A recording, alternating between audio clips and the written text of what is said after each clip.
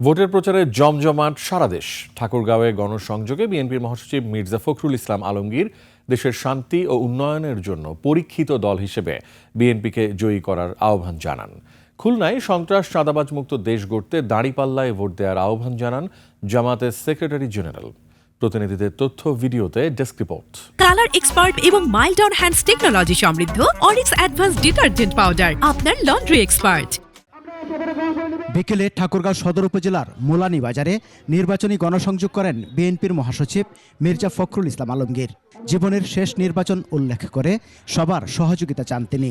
মাঝখানে আমরা ভোট দিতে পারি নাই, তাই না? সব ভোট নিয়ে গেছে ওরা, কারা হাসিনার লোকেরা, তাই না? অথবা পুলিশ অ্যাডমিনিস্ট্রেশন। এবার একটা সঠিক ভোট হবে বলে আশা করতেছি আমরা। খুলনায় উৎসব মুখর পরিবেশে চলছে নির্বাচনী প্রচার। কলেজ বিশ্ববিদ্যালয়ের শিক্ষার্থীরাও পছন্দের প্রার্থীর পক্ষে লিফলেট বিতরণ করছেন।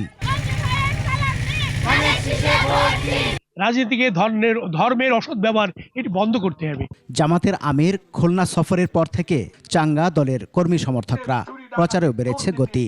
অসৎ লোকের হাত থেকে দেশটা বাঁচানোর জন্য যেহেতু এখানে সৎ লোক আছে, তাই আমরা দাঁড়িপাল্লায় ভোট দেবো।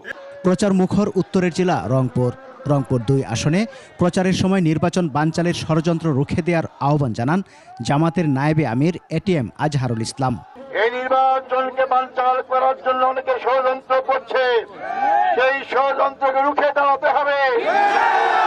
নগরের সল্টকোলা এলাকায় প্রচারের সময় বিএনপির উপর মানুষের আস্থার কথা জানান চট্টগ্রাম 11 আসনের প্রার্থী ও দলের স্থায়ী কমিটির সদস্য আমির খসরু মাহমুদ চৌধুরী।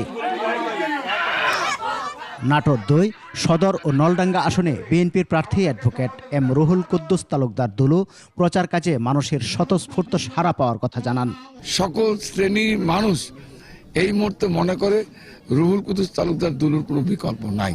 নরসিংদী 2 আসনে প্রচারের সময় জাতীয় নাগরিক পার্টি এনসিপির যুগ্ম আহ্বায়ক গোলাম সারোয়ার তুষার জানান সন্ত্রাস, চাঁদাবাজ এবং মাদকের বিরুদ্ধে ব্যাপক ঐক্য গড়ে উঠেছে। মানুষ যেন শান্তিতে, নিরাপদে এবং একটা আন্তঃধর্মীয় সম্প্রীতির মধ্যে থাকতে পারে, তো সেটার জন্য আমরা কাজ করছি। সিরাজগঞ্জ 4 আসনে জামাতের প্রার্থী দলের সহকারী সেক্রেটারি রফিকুল ইসলাম খান দাঁড়িপাল্লার পক্ষে রায় দেওয়ার আহ্বান জানান। বরিশালেও চলছে জমজমাট নির্বাচনী প্রচার। এছাড়া পার্বত্য জেলা বান্দরবান ও খাগড়াছড়ি সহ দেশের বিভিন্ন স্থানে নির্বাচনী প্রচারে ব্যস্ত সময় কাটান বিভিন্ন দল ও স্বতন্ত্র প্রার্থীরা। এদিকে ঠাকুরগাঁও 1 আসনের প্রার্থী দেলাওয়ার হোসেনের নির্বাচনী বিলবোর্ড ভেঙে ফেলার অভিযোগে বিক্ষোভ মিছিল ও প্রতিবাদ সমাবেশ করেছে জামাত।